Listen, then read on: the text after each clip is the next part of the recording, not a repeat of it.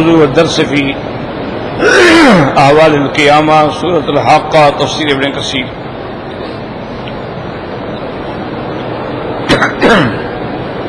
الحمد لله رب العالمين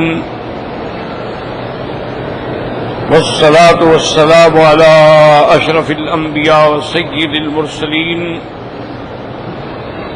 سيدنا محمد وعلى آله وأصحابه أجمعين.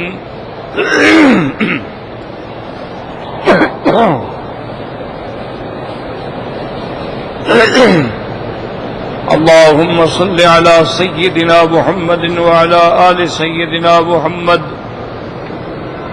كما صليت على إبراهيم وعلى آل إبراهيم في العالمين إنك حميد مجيد.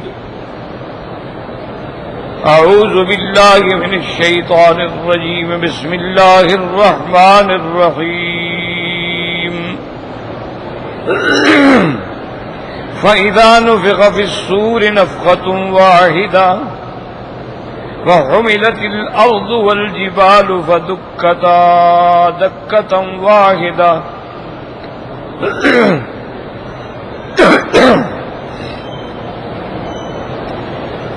فيومئذ وقعت الواقعة.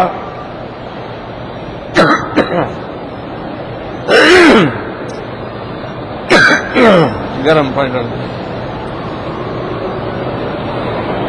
وانشقت السماء فهي يومئذ واهية والملك على أرجائها ويحمل عرش ربك فوقهم يومئذ ثمانية يومئذ تعرضون لا تخفى منكم خافية. اللہ تبارک و تعالی نے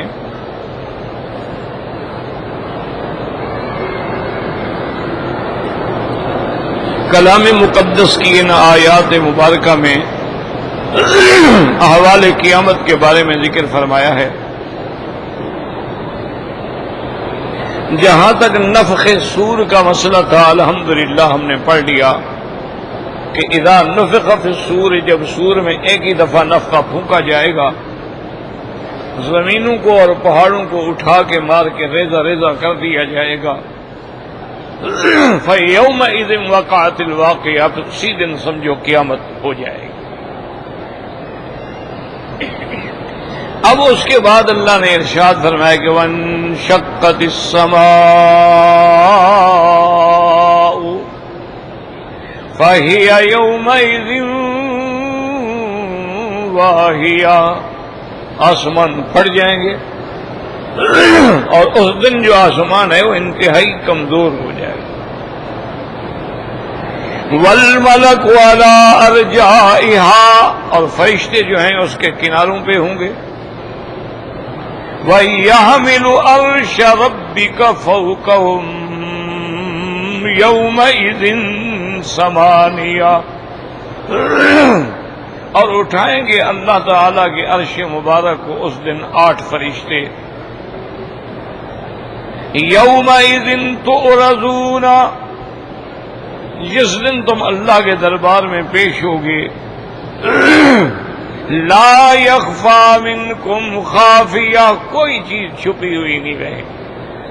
تو اب بات سمجھیں کہ زمینیں بھی پھٹ ختم ہو گئیں، آسمان بھی پھٹ گئے، اور اللہ کے جو فرشتے ہیں آسمانوں میں ان کی تعداد کا علم اللہ کے سوا کسی کو نہیں ہے. ایک بات یاد رکھیں، اور یہ بات قرآن پاک میں ہے کہ وَمَا يَعْلَمُ جُنُودَ رَبِّكَ إِلَّا هُوَ.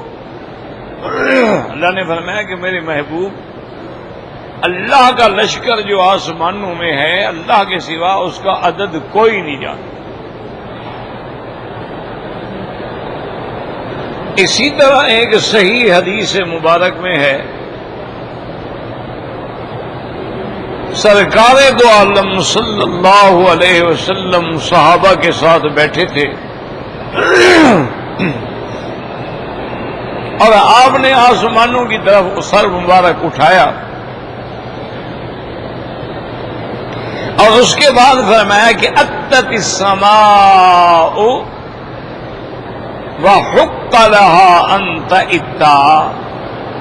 آپ نے فرمایا کہ آسمان سے چرچراہٹ کی آواز آ رہی ہے اور آنی بھی چاہیے. عتیت کہتے ہیں اس آواز کو، جیسے آپ دیکھتے ہیں نا کہ اونٹ پر پلان رکھتے ہیں، اگر بوجھ زیادہ پڑے تو اس پلان سے ایک آواز پیدا ہوتی ہے، اس کو کہتے ہیں عتیت.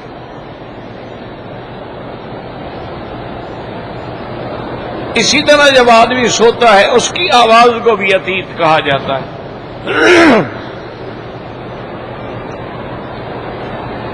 تو آپ نے ارشاد فرمایا کہ بھئی آسمان سے چرچراہٹ کی آواز آ رہی ہے اور فرمایا حق ہے اس کا، آنی چاہیے. کیوں؟ فرمایا کہ ما من موضع قدر شبر فی السماء، آسمان میں ایک بارش کے برابر بھی جگہ نہیں ہے کہ الا وملک قائم ساجد یسبح ویقدس للہ، اللہ کا کوئی نہ کوئی فرشتہ یا کھڑا ہے یا سکوع میں ہے یا سجدے میں ہے اور اللہ کی تسبیح و تقدیس بیان کرے. یعنی آسمانوں میں ایک بارش کے برابر بھی جگہ خالی نہیں. اور آسمان کتنے بڑے ہیں دیکھو نا، جن نے زمین کو ڈھانپ لیا ہے. پھر 7 آسمان ہیں اور ہر جگہ اللہ کے فرشتے تسبیح و تقدیس میں ہیں. اور یہ بھی احادیث مبارک میں آتا ہے کہ فرشتوں کی تسبیح جو ہے عام طور پہ یہ ہوتی ہے سبوح قدوس ربنا ورب الملائکۃ والروح. اب جب اتنا فرشتے ہوں گے تو صاف بات ہے کہ جب آسمان پھٹیں گے، چونکہ ملائکہ کا جو سکن ہے، جو رہائش ہے، وہ تو آسمانوں میں ہے. آسمان تو اب پھٹ گئے. اچھا، اسی طرح یہ بھی یاد رکھیں کہ 7 آسمانوں کے بعد ایک کرسی ہے، اس کا ذکر بھی قرآن پاک میں ہے. وسع کرسیہ السماوات والارض، جو آیت الکرسی آپ پڑھتے ہیں کہ اس میں کرسی کا ذکر ہے.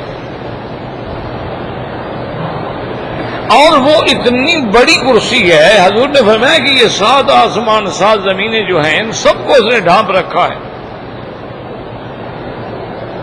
اور ایک جگہ حضور پاک نے فرمایا کہ اگر 7 آسمان ایسے بچھا دیے جائیں، 7 زمینیں ایسے بچھا دی جائیں تو کرسی کے مقابلے پہ ہی ایسے ہوں گی کہ حلقۃ ملقات فی فلاۃ من الارض، کہ جیسے کسی میدان میں ایک کڑا چھوٹا سا پھینک دو، وہ کتنی جگہ روکے گا.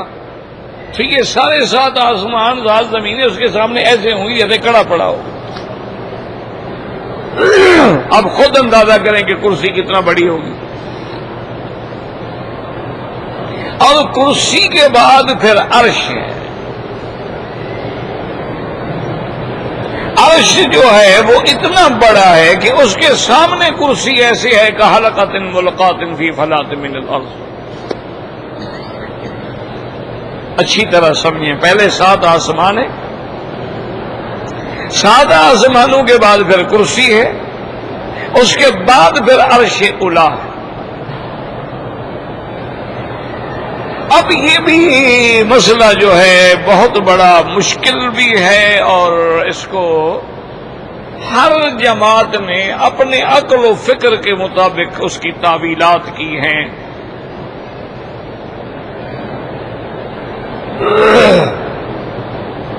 حالانکہ اللہ کے قرآن میں 17 آیتیں ہیں، 1 نہیں، 2 نہیں، 3 نہیں، 17 آیتیں، جس میں اللہ نے فرمایا کہ الرحمن علی العرش استوى،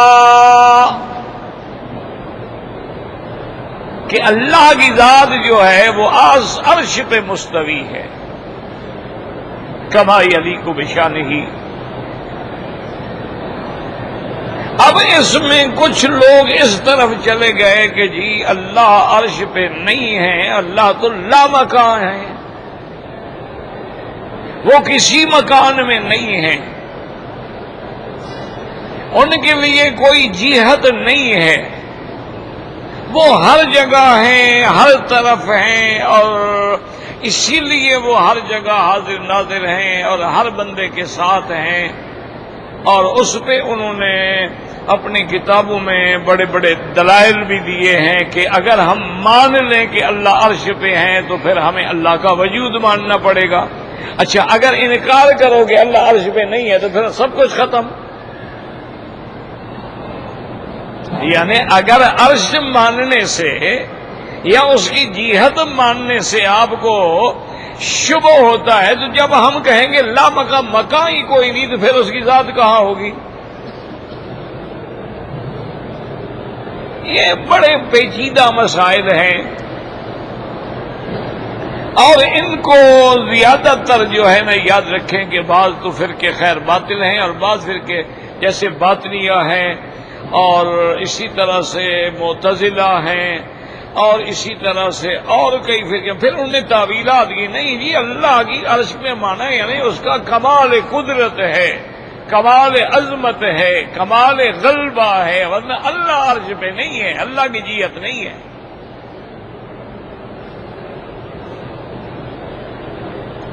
یاد رکھو یہ سب سے بڑا غلط عقیدہ ہے۔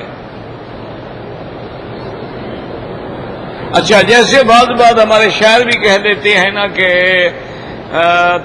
تو واحد ہے مگر لاکھوں دلوں میں ہے تیرا مسکن، تیری وحدت کا کیا کہنا، تیری کثرت کا کیا کہنا، تو باقی پھر نعوذ باللہ شرک کیا ہوتا ہے۔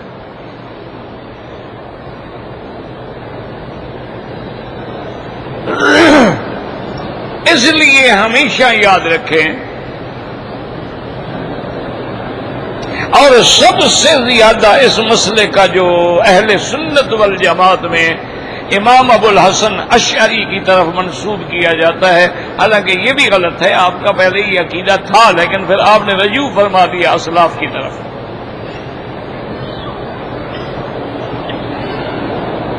تو اس کے بارے میں موٹی بات یاد رکھیں، جو امام مالک رحمت اللہ علیہ نے امام دار الہجرت نے فرمائی ہے نا، وہ بالکل ایسی کامل کھری جامع اور سچی بات ہے کہ آدمی کا ایمان بچ جاتا ہے۔ ان سے کسی نے پوچھا کہ جی قرآن میں جو آتا ہے الرحمن علی العرش استویٰ، تو استویٰ کا کیا معنی ہے؟ اللہ عرش پہ بیٹھے ہیں؟ تو امام مالک رحمت اللہ علیہ نے فرمایا کہ الاستواء معلوم، استواء بالکل ہمارا ایمان ہے کہ مستوی ہے وہ عرش پہ، والکیف مجہول، کوئی ہم سے پوچھے کہ کیسے بیٹھے ہیں یہ ہم نہیں جانتے، کیوں؟ اس کی ذات ہی لیس کمثلہ شیء، اس کی کوئی مثال ہے ہی نہیں۔ فرمایا الاستواء معلوم والکیف مجہول، والسؤال عنہ ایک جگہ پہ ہے غیر معقول، اور ایک جگہ ہے والسؤال عنہ بدعۃ، کہ اس کے بارے میں آپ سوال کیوں کرتے ہیں خالق کے بارے میں؟ اللہ کے لیے جہت جو ہے وہ یاد رکھو علو ہے جو اس کی شان کے مطابق ہے۔ اور اسی طرح اب دیکھیں نا، آپ جب دعا مانگتے ہیں تو ایسے کیوں ہاتھ اٹھاتے ہیں؟ آپ نیچے تو نہیں ہاتھ اٹھاتے ہیں، وجہ کیا مانا کہ اوپر سے ہی رحمت آئے گی نا، اسی سے مانگ رہے ہیں نا، تو اس کی جہت کا اعتراف تو کر رہے ہیں آپ۔ اسی طرح قرآن نے فرمایا آمنتم من فی السماء ان یخسف بکم الارض، کیا اس ذات سے تم بے غم ہو گئے ہو جو آسمانوں میں ہے تمہیں زمین میں دھسا ڈالے؟ ام امنتم من فی السماء ان یرسل علیکم حاصبا، کیا اس ذات سے تم بے غم ہو گئے ہو جو آسمانوں میں ہے کہ تم پہ ایک پتھریلی ہوا بھیج دے؟ تو آسمانوں میں اور اسی طرح میرے محبوب نے، محبوب دو عالم سیدنا محمد مصطفیٰ صلی اللہ علیہ وسلم نے فرمایا کہ رات کے آخری حصے میں اللہ سے دعا مانگا کرو، کیونکہ ان اللہ ينزل ربنا تبارک و تعالی علی السماء الدنیا، اللہ عرش سے آسمان دنیا میں نزول فرماتے ہیں۔ تو عرش پہ ہیں تبھی نزول فرمائیں گے نا، ورنہ نزول فرمانے کا کیا معنی؟ اور اس کے بعد اللہ تعالی فرماتی ہیں کہ حل من مستغفر، کوئی ہے معافی مانگنے والا، کوئی ہے رزق مانگنے والا؟ تو یہ گھڑی جو ہے بڑی مستجاب ہوتی ہے اس وقت میں آدمی اگر دعا مانگے، جب رات کا آخری حصہ ہو اور تنہائی ہو اور آدمی کی پوری توجہ جو ہے کامل اللہ کی طرف ہو۔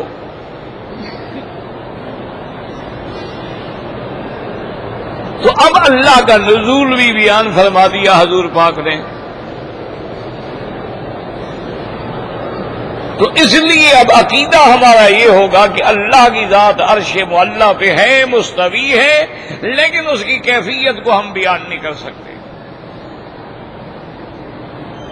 اور یہی عقیدہ ہمارا سارے اسماء و صفات میں ہے کہ اللہ نے جتنی اپنے اسماء، جتنی اپنی صفتیں قرآن میں ذکر فرمائی ہیں یا فرمان رسول عربی میں فرمائی ہیں، نحن نؤمن باسمائہ و صفاتہ ما اثبتہ فی کتابہ او علی لسان رسولہ من غیر تعطیل ولا تعویل ولا تشبیہ ولا تمثیل ولا تکییف، کہ میرا اللہ جتنی تیری صفتیں ہمارا ایمان ہے، نہ ہم ان کا انکار کرتے ہیں نہ ہم تعویل کرتے ہیں اور نہ ہم اس میں کوئی مثال دیں گے، کیوں؟ تیری ذات بھی بے مثل، تیری صفات بھی بے مثل۔ تو اس لیے ہمیشہ ایک بات یاد رکھ لو کہ 7 آسمان، اس کے بعد کرسی، پھر میرے اللہ کا عرش ہے، اور یہ میرے اللہ کی کرم اور رحمت دیکھیں کہ قرآن میں جہاں جہاں بھی آیا فرمایا الرحمن علی العرش استوى، اللہ نے صفت رحمان کا ذکر فرمایا، حالانکہ یہ مقام تھا فرماتی الجبار القہار المنتقم العزیز، لیکن رحمان کا صفت کا ذکر فرما کے اشارہ کیا کہ میں اپنے بندوں پہ میری رحمت غالب ہوگی۔ اور اسی طرح صحیح حدیث مبارک میں ہے کہ اللہ تبارک و تعالی عرش کے نیچے ایک بہت بڑی لوح ہے، بہت بڑی تختی ہے، اور اس تختی پہ کیا لکھا ہوا ہے؟ اس پہ لکھا ہے کہ سبقت رحمتی علی غضبی، میری رحمت جو ہے وہ میرے غضب سے سبقت لے گئی ہے۔ اور اسی طرح پھر عرش کے نیچے دریا ہے، وہ بھی رحمت کی علامت ہے، جیسے آگ غضب کی علامت ہوتی ہے تو پانی رحمت کی علامت ہے۔ اسی لیے ہر جگہ فرمایا الرحمن علی العرش استوى، یا کسی جگہ اللہ نے قرآن میں فرمایا اپنے ہاتھ کا ذکر فرمایا کہ ید اللہ فوق ایدیہم، یا کہیں اللہ نے فرمایا فاصبر لحکم ربک فانک باعیننا، یا کہیں اللہ نے فرمایا حضرت نوح علیہ السلام کو وَاصْنَعِ الْفُلْكَ بِأَعْيُنِنَا، اور کہیں فرمایا بَلْ يَدَاهُ مَبْسُوطَتَانِ۔ جتنی صفتیں اللہ نے قرآن میں ذکر فرمائی ہے ہمارا ایمان ہے، اس کے ہاتھ پہ بھی ایمان ہے، اس کے وجہ پہ بھی ایمان ہے، اللہ تبارک و تعالیٰ کی ذات، اور اللہ کے آپ نے فرمایا میرے آنکھوں میں ہے تو آنکھوں پہ بھی ایمان ہے، لیکن ہم تمثیل نہیں کریں گے، تکییف نہیں کریں گے کہ اللہ کے ہاتھ کیسے ہیں، پھر کافر ہو جائے گا، کیوں؟ وہ بے مثل ہے تو ہاتھ بھی بے مثل ہے، جب اس کی ذات بے مثل ہے صفات بھی بے مثل۔ اب آپ دیکھیں کہ حالانکہ آپ انسان کو بھی اللہ نے سمیع کہا ہے، سننے والا، دیکھنے والا، انا خلقنا الانسان من نطفة امشاج نبتلی فجعلناه سمیعا بصیرا.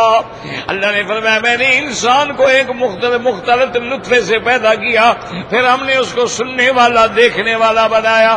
تو اب سمیع اور بصیر انسان کی بھی صفت ہے، اور سمیع اور بصیر اللہ کی بھی صفت ہے. لیکن اللہ کی صفت کا کیا مقابلہ بندے کی صفت کا؟ وہ بے مثل ہے. بندے کا سننا تو ایک حد تک ہے نا، دور ہو جاؤ نہیں سنتا، پردہ آگے آ جائے نہیں سنتا، کھانے میں تکلیف ہو جائے نہیں سنتا، بند کر دو نہیں سنتا. وہ تو اس کی ذات ہے نا، وسع السماوات والارض. اس لیے صحیح حدیث مبارک ہے کہ جب بی بی صاحبہ آئی اور حضور پاک سے آ کے قصہ اظہار میں جھگڑا کر رہی تھی کہ یا رسول اللہ، میرے خامند نے، میرے شوہر نے مجھے کہہ دیا کہ تم میری ماں کی طرح ہو، تو میں تو اس پہ حرام ہو گئی. اب یا رسول اللہ میں کہاں جاؤں؟ اب تو میں بوڑھی ہو گئی، کدھر جاؤں میں؟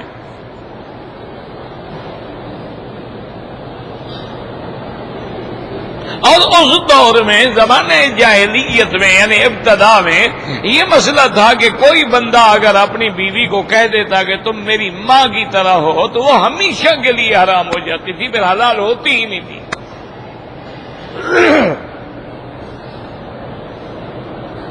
اس لیے وہ عورت آئی اور آگے رونے لگ گئی کہ یا رسول اللہ میں بوڑھی ہو گئی، میرے بچے ہیں، اور یہ میرا شوہر ایسا ہے، میری جوانی بھی کھا گیا، میری دولت بھی کھا گیا، اب جب میں کسی کام کی نہیں رہی تو مجھے ماں بنا دیا. اب میرے ساتھ بڑھاپے میں کوئی اور شادی کرے گا، میں کہاں جاؤں؟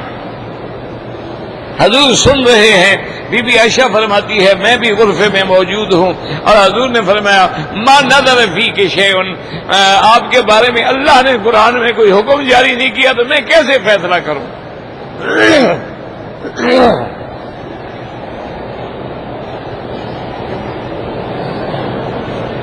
حضور نے فرمایا بی بی تمہارے بارے میں قرآن میں کوئی حکم نہیں ہے.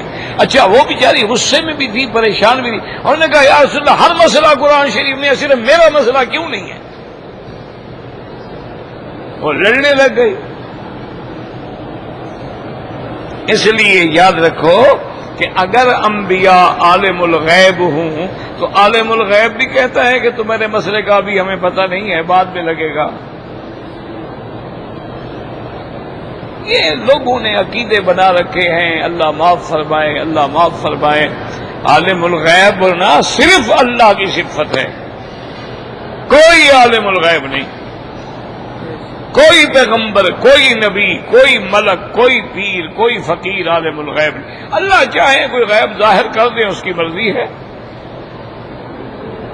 اچھا جب ظاہر کر دے تو غیب تو رہا ہی نا. علم غیب صرف اللہ کے پاس ہے.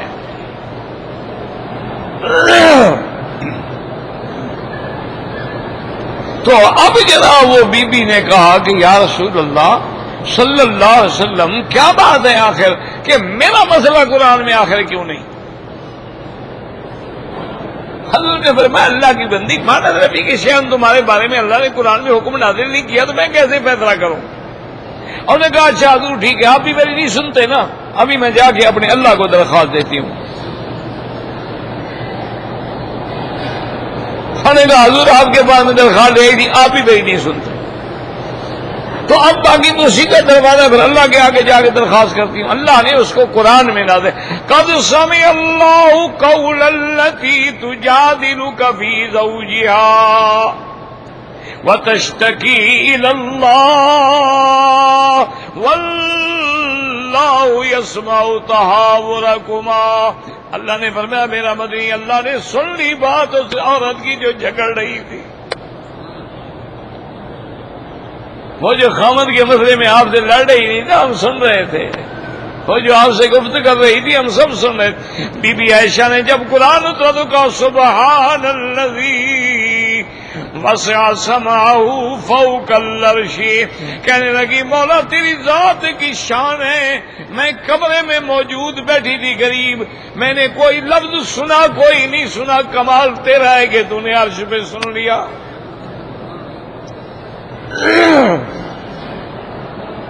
تو اس لیے ہمیشہ اب اس کا اور مخلوق کے سننے کا کیا مقابلہ ہے؟ وہ اس کی سماعت جو ہے وہ اس کی ذات کے ساتھ ہے.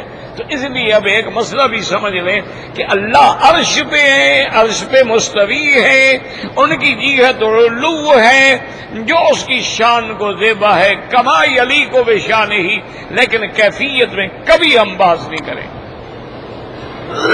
ایک مسئلہ تو یہ ہو گیا.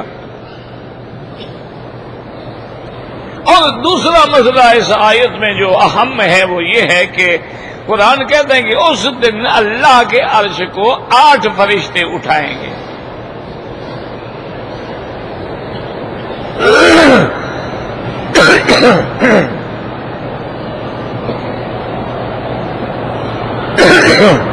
وَيَحْمِلُ عَرْشَ رَبِّكَ فَوْقَهُمْ يَوْمَئِذٍ ثَمَانِيَةٌ.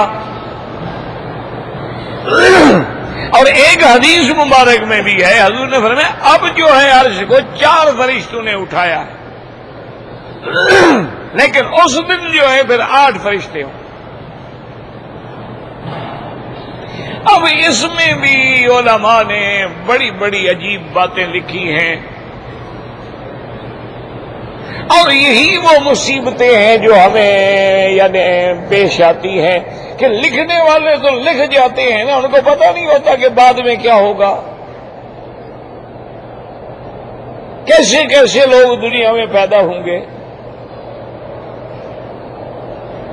اب انہوں نے جناب کہا کہ یہ 8 کا عدد جو ہے 8 فرشتے مراد نہیں ہے بلکہ 8000 ہوں گے. کسی نے لکھ دیا کہ ملائکہ کی 8 صفیں جو ہے نا وہ عرش کو اٹھا رہی ہوں گی، اور کسی نے لکھ دیا کہ وہ 8 فرشتے جو ہیں وہ یہ عام فرشتے نہیں ہیں، وہ اور فرشتے ہوں گے. ان کے پاؤں جو ہیں وہ 7 زمین کے نیچے ہوں گے اور سر جو ہے ان کا عرش کے ساتھ ٹکرا رہا ہوگا. اتنے لمبے فرشتے ہوں گے. بھائی اس کی بحث کی ضرورت کیا تھی؟ بھلا ایمان سے کہیں. اب یہ باتیں اگر آپ کسی کافر کو کریں تو کہے گا کیا کہہ رہے ہو؟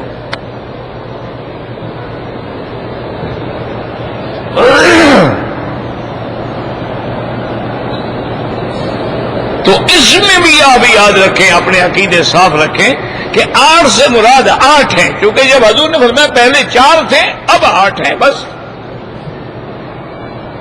باقی فرشتوں کا اٹھانا، اور اس میں بھی بڑے بڑے لوگ جو تھے، بڑے بڑے علم والے لوگ جو تھے گمراہ ہو گئے.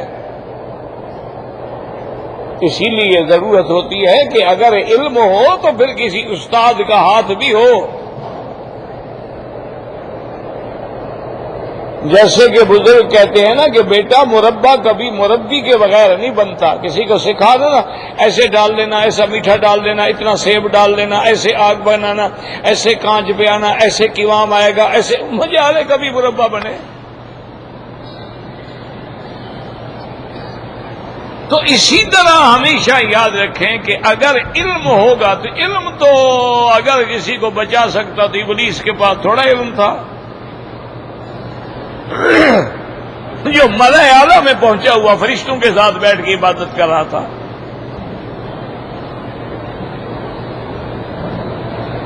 اچھا اسی طرح اگر علم بچا سکتا، آج دیکھ رہے ہیں قادیانیوں میں کتنے بڑے بڑے پڑھے لکھے لوگ ہیں،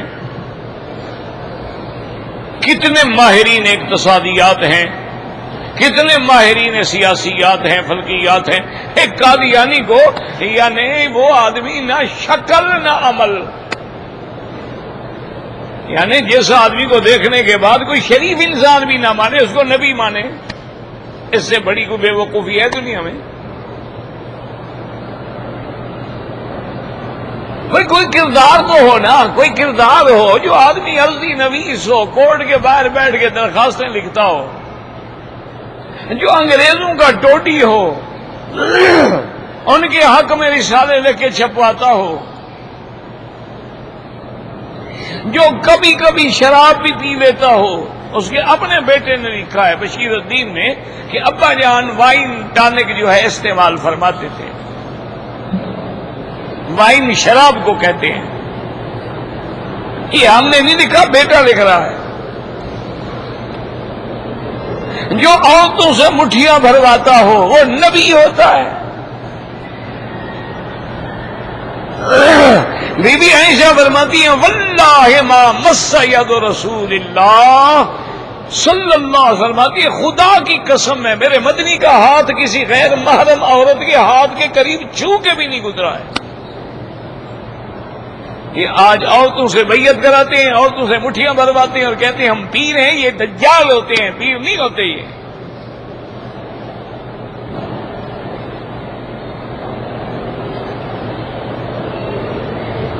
اسی لیے علماء نے لکھا ہے کہ کبھی اپنی لڑکیوں کو حافظ قرآن سے نہ پڑھوائیں، لڑکیوں کے ساتھ پڑھائیں. اگر کسی حافظ نے پڑھانا ہے مجبوری ہے، جیسے اس ملک میں ہے بعض مضامین ایسے ہیں کہ اس کے لیے لیکچرر جو ہے لڑکیاں عورتیں نہیں ملتی ہیں، تو انہیں انتظام کیا، باقاعدہ ٹی وی سسٹم ہے، باقاعدہ کمرہ بنا ہوا ہے، وہاں استاد آگے بیٹھے گا، ہر لڑکی کے سامنے جو ہے مائکروفون ہے، اس کے سامنے لیپ ٹاپ رکھا ہوا ہے، یہاں استاد پڑھا رہے ہیں، وہ کبھی اندر نہیں جا سکتا، نہ اس کی کبھی تصویر ان کو نظر آئے گی. استاد پڑھا رہا ہے، وہ سن رہی ہیں، بس بات ختم ہو گئی. کیوں آج کل تو کوئی اعتبار نہیں ہے. بالکل خاص طور پہ میری ایک نصیحت اللہ کے حرم میں یاد رکھنا کہ کسی عام بندے پہ چاہے اعتبار کر لو، کسی مولوی اور حافظ پہ کبھی اعتبار نہ کرو. میری بات پلے باندھ لو، بھائی اپنی برادری ہے، ناراض ہو جاتے ہیں مجھ سے وکیل صاحب آپ یہ کیوں کہتے ہیں. اصل وجہ کیا ہے؟ وجہ یہ ہے کہ مولوی حافظ بھوکھا ہوتا ہے، انہوں نے تو عورت دیکھی نہیں ہوتی نا، ان کو موقع بھی نہیں ہے، پھر کہاں چوکتے ہیں. گناہگار نے تو پہلے 50 دیکھی ہوئی ہوتی ہے، وہ دوست کے گھر میں نقب نہیں مارتا. وہ کہتے ہیں یار حرام کھانے کے لیے اور جگہ تھوڑی ہے، ضروری یہاں بھی کھانا ہے. یہ غریب ہوتے ہیں بھوکھے، انہوں نے کبھی عورت دیکھی نہیں ہوتی. ان کو تنہائی مل جائے، پھر عورت مل جائے، آگ کا پاس مل جائے، پھر کہو کہ پاک رہے گی، ناممکن ہے. اس لیے احتیاط کرو. اور اپنے لڑکیوں کے کمرے میں ٹی وی، انٹرنیٹ اور لیپ ٹاپ کبھی نہ رکھو. اپنی لڑکیوں کو کوئی موبائل نہ دو. اگر امتحان لینا ہے نا تو رات جا کے اپنی لڑکیوں کو موبائل لے کے ان سے اندر نمبر نکال لو، میسج نکال لو، پتہ لگ جائے گا کہ ہماری بیٹی کس پانی میں ہے. آج رات امتحان کر لو. اور جو نمبر ہے وہاں رنگ بھی کر لو کہ ہاں پتہ لگے تمہیں کون بول رہا ہے. اس سے کہو جناب میں نے آپ سے ملنا ہے. احتیاط لازمی کرنی چاہیے. حضور تو نبی ہوتا ہے. اللہ کے انبیاء کی تو نظر بھی کسی غیر محرم عورت پہ نہیں پڑتی. یہ کیسا نبی ہے؟ اور تجھے مٹھیاں بھرواتا ہے. کئی پڑھے لکھے اس کو نبی مانتے ہیں. تو یہ علم نہیں جب تک اللہ ہدایت نہ دے. بڑے بڑے لوگ بھٹک گئے ہیں. اچھا اس میں یہی عذاب ہے جو ہماری کتابوں میں. وجہ کیا ہے کہ یہودیوں نے ہماری کتابوں میں مواد ڈالا ہے، دشمنوں نے مواد ڈالا ہے، کہیں عیسائیوں نے مواد ڈالا ہے. کتاب میں 200 روایت ہے، اگر اس میں 195 ٹھیک ہے، 5 غلط ڈال دی، اب کس کو پتہ لگے؟ عام آدمی تو یہی کہے گا میں نے جناب ابن کثیر میں پڑھا ہے. اس بیچارے کو نہیں پتا کہ ابن کثیر میں روایت اسرائیلی ہے. اس کو نہیں اور جی میں نے حدیث شریف پڑھی ہے، اس کو یہ بھی پتہ نہیں کہ حدیث موضوع ہے یا کون سی حدیث ہے.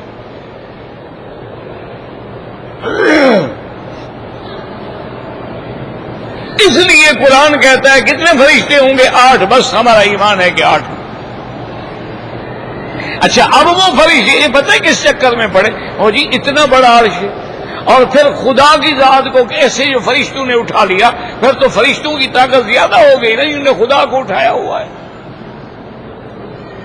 کافر ہو گئے. اور ظالموں، مار فرشتے کی طاقت کیا ہے؟ اللہ کے حکم ہے. اللہ کے حکم سے جبریل نے 5 بستیاں اٹھا لی. اللہ نے حکم دیا ہے تو وہ تعمیل کر رہے ہیں۔ اللہ کسی کا محتاج نہیں ہے، وہ تو احد ہے، صمد ہے، وہ تو غنی ہے۔ ملائکہ بھی اس کی مخلوق ہیں، اور جب اللہ کا حکم ہوتا ہے تو ملائکہ سجدے میں گر جاتے ہیں۔ اس کے بعد پوچھتے ہیں ماذا قال ربکم، اللہ نے کیا حکم جاری فرمایا؟ وہ تو کانپتے ہیں، ڈرتے ہیں اللہ سے۔ تو لہذا یاد رکھیں کہ کوئی تعویل نہ کرے، کوئی جو قرآن میں ظاہر الفاظ مبارک ہیں بس ہمارا ان پہ ایمان ہے۔ اللہ نے فرمایا عرش ہے، ایمان ہے۔ اللہ نے فرمایا عرش کو فرشتوں نے اٹھایا ہے، ایمان ہے۔ اللہ نے فرمایا کہ عرش کو 8 فرشتوں نے اٹھایا ہوگا اس دن قیامت میں، ہمارا ایمان ہے۔ زیادہ جھگڑے میں پڑنے کی ضرورت کیا ہے ہمیں؟ ہم نے عرش دیکھا ہے، ہم نے کرسی دیکھی ہے، ہم نے آسمان دیکھے ہیں، ہم نے سدرۃ المنتہا دیکھی ہے، تو جب ہمارا ایمان ہے اس پہ بھی ایمان ہے۔ تو اس لیے ہمیشہ زیادہ اس میں اپنے آپ کو نہ الجھایا کریں۔ اچھا، اب مسئلہ ایک اور باقی رہ گیا۔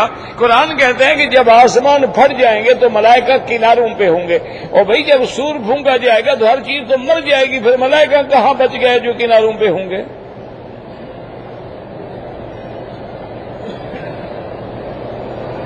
تو اس کو بھی آسان طریقے سے یاد رکھیں کہ یعنی ابھی ان کی موت سے پہلے وہ کناروں پہ ہوں گے، پھر ان پہ موت آئے گی۔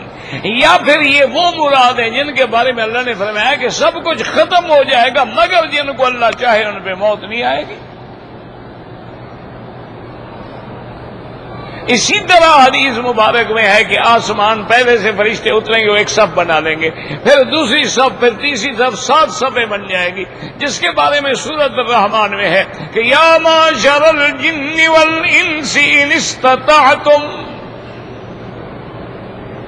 ان تنفذوا من اقطار السماوات والارض فانفذوا لا تنفذون الا بسلطان۔ 7 فرشتوں کی صفیں ہوں گی، تمام خلائق درمیان میں ہوگی۔ اللہ حکم فرمائیں گے کہ جن و انس، اگر تمہارے پاس طاقت ہے تو نکل جاؤ، بھاگ کے دکھاؤ مجھے کہ میرے عذاب سے بھاگ سکتے ہو، بھاگو۔ کون اللہ کے عذاب سے بھاگ سکتا ہے جب تک کہ اللہ کا حکم نہ ہو؟ تو لہذا ہمارا قرآن پہ ایمان ہے، آسمان بھی حق ہے، سور بھی حق ہے، کرسی بھی حق ہے، عرش بھی حق ہے، اور فرشتوں کا اٹھانا بھی حق ہے، اور اللہ کی ذات بھی عرش پہ ہے، کما یلیق بشانہ تبارک و تعالی۔ باقی جو ہوتا ہے نا کہ اللہ ہر جگہ ہے، مانا اس کا مانا ہوتا ہے معیت علمیہ، وَهُوَ مَعَكُمْ، وہ تمہارے ساتھ ہیں جہاں تم ہو۔ کیا مانا کہ اس کی علم کے اندر ہے، اس کو کہتے ہیں معیت علمیہ۔ تو جب چیز علم میں ہو وہ قریب ہوتی ہے، علم میں نہ ہو تو وہ دور ہوتی ہے۔ اس کی بھی کوئی ترجمہ قرآن میں موجود۔ اللہ نے حکم دیا موسیٰ اور ان کو فرعون کے پاس جاؤ، انہوں نے کہا اللہ میاں آپ کا حکم ہے، ہم جاتے تو ہیں لیکن فرعون ہے بڑا ظالم، اور میرے خلاف تو ایک پرانا مقدمہ بھی پڑا ہوا ہے، ان کا بندہ میرے ہاتھ سے مر گیا تھا۔ تو اللہ پتہ ہے کیا فرمایا کہ قال لا تخافا، مت ڈرو، اننی معکما، میں تم دونوں کے ساتھ ہوں۔ کیسے ساتھ ہو؟ آگے بیان کر دیا اسمع و ارا، ہر چیز سن بھی رہا ہوں، دیکھ بھی رہا ہوں، تو لہذا ساتھ ہوں۔ یہ معنی تھوڑا ہوتا ہے کہ اللہ بندے کے ساتھ ہے۔ جیسے بہت سارے لوگ جو ہیں گمراہ ہو گئے، اللہ حضرت علی کے اندر چلا گیا، کسی نے کہا اللہ بھی یہاں پیر سائیں کے اندر چلا گیا، ظاہر میں ہے پیر فریدن، باطن میں ہے خود اللہ۔ انا للہ و انا الیہ راجعون، اور کیا کہہ سکتے ہیں؟ یہی کہ دعا کریں اللہ ہدایت۔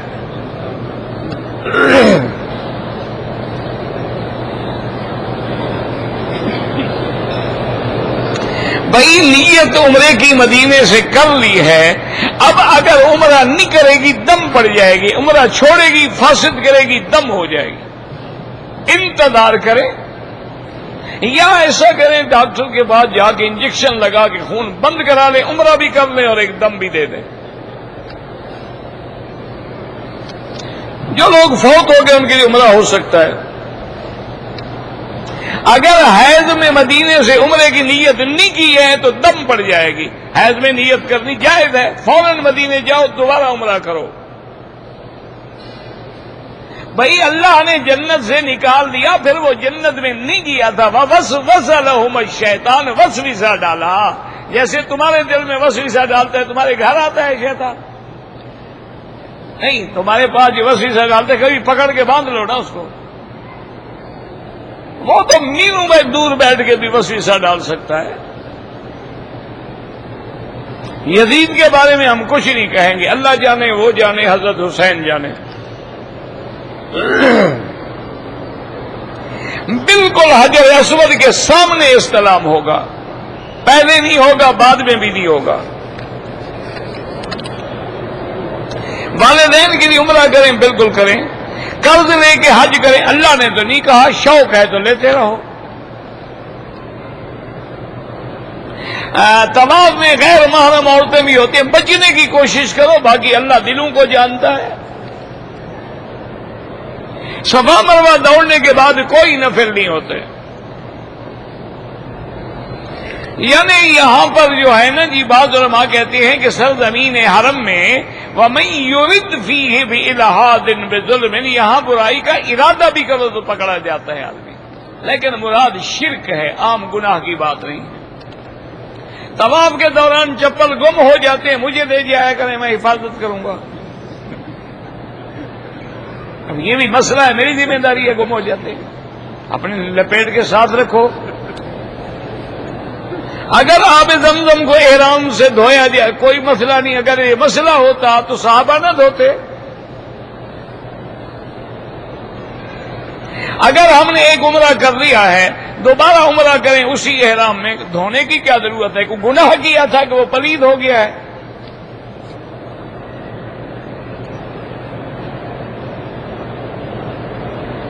مدینے میں جو دعا کی جائے وہ قبول ہوتی ہے، بالکل ہوتی ہے، ہمارا ایمان ہے، لیکن مدینے والا تو مکے میں دعا کرتے تھے۔ طواف کے بعد 2 رکعت امام ابو حنیفہ رحمۃ اللہ علیہ کے نزدیک واجب ہے، باقی ائمہ کے نزدیک سنت ہے۔ حضرت بی بی عائشہ کو شادی سے پہلے تصویر میں دکھایا گیا، بالکل دکھایا گیا، جبریل تصویر لائے تھے۔ کہتے جی کہ ہمارے بریلوی اور شیعہ کہتے ہیں کہ حضرت علی کعبے میں پیدا ہوئے تھے، تو چلو ہو گئے تھے، کیا ہو جائے گا؟ نہیں، 1 منٹ کے لیے ہم نے مان لیا کعبے میں پیدا ہوئے تھے، حضور باہر پیدا ہوئے تو حضور سے افضل ہو گئے پیدا ہونے میں۔ اللہ کے بندے، کعبے سے مراد ہے حرم، ہدیم بالغ الکعبہ۔ اللہ فرماتا ہے حج کی بکری جو ہے کعبے میں جا کے ذبح کرو، تم مینا میں ذبح کرتے ہو، کعبے میں تو نہیں کرتے، تو سارے حرم کو بھی کعبہ کہا جاتا ہے۔ اس لیے کتابوں میں آ گیا کہ حضرت علی کعبے میں پیدا ہوئے، یعنی حرم میں پیدا ہوئے، ورنہ جب تمہاری بیوی کو بچہ پیدا ہونے کا وقت ہے مسجد میں جاتے ہو نا۔ کیا خیال ہے؟ حضرت علی کی والدہ اتنی کمزور عقل تھی کہ جب ولادت کا وقت آیا کعبہ شریف کے اندر چلی گئیں کہ اس کے جا کے نعوذ باللہ پلید کرے۔ کوئی عقل کرو، کیا کر رہے ہو؟ تعریف کر رہے ہو، شکایت کر رہے ہو؟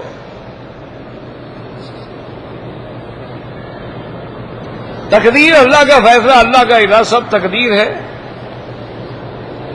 شہید کے بارے میں کیا حکم ہے؟ شہید زندہ ہے۔ لوگ کعبۃ اللہ کو مصلی لگاتے ہیں کہ برکت ہو جائے گی، حاجی کو برکت نہیں ہوئی تو مصلی کو کیا ہو جائے گی؟ تم کتنا بدل گئے ہو کہ مصلی میں برکت آ جائے گی؟ تم میں آئی ہے، داڑھی آ گئی ہے، تم ذرا کعبے کو منہ لگا کے اس کو گواہ بنا رہے ہو نا کہ اللہ میں نے یہاں آ کر بھی شرم نہیں کیا۔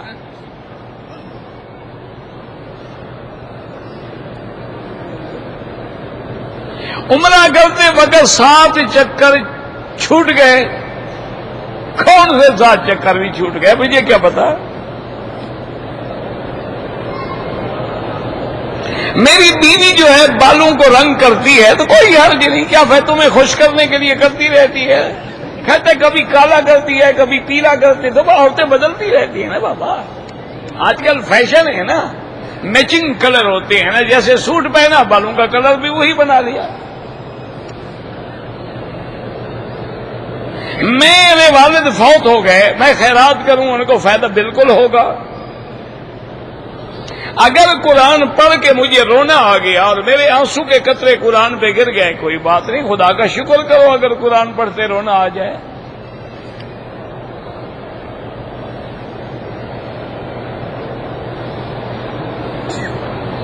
میں نے عمرہ انڈیا سے احرام باندھ کے آیا، تقریباً 7.5 گھنٹے میں پہنچے، انڈر ویئر جو تھا وہ میرے اندر رہ گیا، دم پڑ گئی، تمہیں یاد ہی نہیں آیا؟ چادر بدلتے ہوئے بھی انڈر ویئر آپ کو نظر نہیں آیا؟ اینک لگا کے چادریں بدلی تھیں آپ نے؟ ایک بکری ادا کریں دم، انشاءاللہ مجال ہے کہ پھر بھولیں۔ پھر تو جب بچے عمرے پہ آئیں گے ان کو خیال کرنا، انڈر ویئر کا خیال رکھنا، 400 ریال کی بکرا ہے۔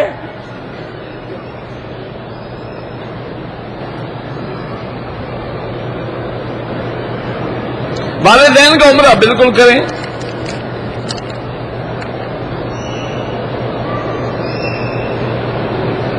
بچے چھوٹے ہیں ان پہ کوئی پابندی نہیں ہے، چھوٹے بچوں کے لیے عمرے کی کوئی ضرورت بھی نہیں ہے کرنے کی۔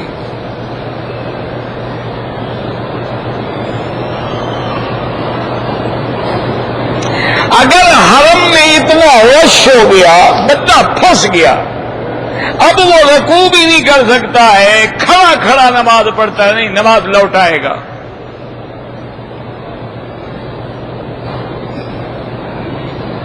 نماز پڑھتے ہوئے قاعدے میں التحیات پڑھتے ہوئے زبان اٹک جاتی ہے، زمزم پیئیں۔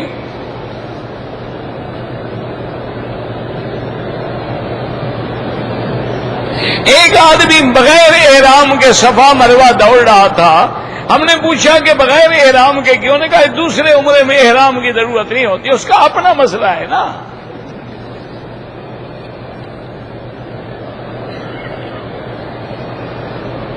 ایک آدمی کہتا ہے کہ تو میرا مرید بن جا، میں تیری اللہ سے بات کروا دوں گا، تو جس کا اللہ سے اتنا بڑا تعلق ہے اس کو مریدوں کی کیا ضرورت ہے کہ مرید ڈھونڈ رہا ہے بیچارہ؟ اللہ میاں کو کہہ دے کہ ساری مخلوق کو میرا مرید کر دو۔ مانا ہے کہ بہت بڑا جھوٹا ہے، اللہ سے کلام تو صرف حضرت موسیٰ علیہ السلام کی ہوئی ہے، وہ کلیم اللہ ہے۔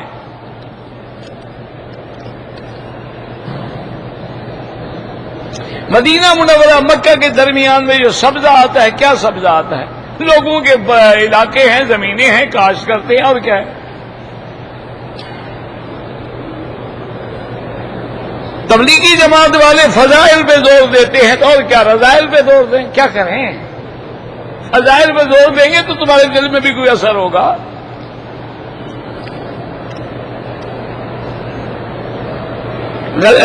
غلاف کعبہ پہ خوشبو لگانا بالکل جائز ہے، مسجد میں خوشبو لگانا بالکل جائز ہے، مسجد کی دیواروں پہ لگا دی تاکہ نمازی آئے، خوشبو آئے، بڑی اچھی بات، حضور کو خوشبو بہت پسند تھی۔ اللہم صلی علی سیدنا محمد وعلی آل سیدنا محمد وبارک وسلم، یا حی یا قیوم یا ذی الجلال والاکرام، یا علی یا عظیم یا علیم یا حلیم، یا علی یا عظیم یا علیم یا حلیم، یا علی یا عظیم یا علیم یا حلیم۔ اللہم انک ملیک مقتدر ما تشاء من امر یکون، اللہم اسعدنا فی الدارین اقضی عنا الدین، اللہم کن لنا ولا تکن علینا وانصرنا علی من بغى علینا، اللہم کن بنا رؤوفا رحیما ولا تجعلنا شقیا ولا محروما۔ یا اللہ عالم اسلام کی عزت کا فیصلہ فرما، یا اللہ بیماروں کو شفا عطا فرما، بے حیاؤں کو حیا عطا فرما، بے دینوں کو دین عطا فرما، بے اولادوں کو اولاد عطا فرما، جن کی اولادیں ہیں ان کو صالح بنا، جن کے گھروں میں بچیاں ہیں ان کے رشتے آسان فرما، یا اللہ بے روزگاروں کو روزگار عطا فرما، قرض داروں کے قرض ادا فرما، یا اللہ ہماری ظاہری باطنی روحانی جسمانی بیماریاں پریشانیاں دور فرما، ہر فتنے سے محفوظ فرما، ہر فتنہ گر سے محفوظ فرما، یا الہ العالمین ہمیں مانگنا بھی نہیں آتا، بغیر مانگے عطا فرما۔ ربنا آتنا فی الدنیا حسنۃ وفی الآخرۃ حسنۃ وقنا عذاب النار۔ سبحان ربک رب العزۃ عما یصفون وسلام علی المرسلین والحمد للہ رب العالمین آمین برحمتک یا ارحم الراحمین۔ اللهم صل على سيدنا محمد وعلى آل سيدنا محمد كما صليت على إبراهيم وعلى آل إبراهيم في العالمين إنك حميد مجيد۔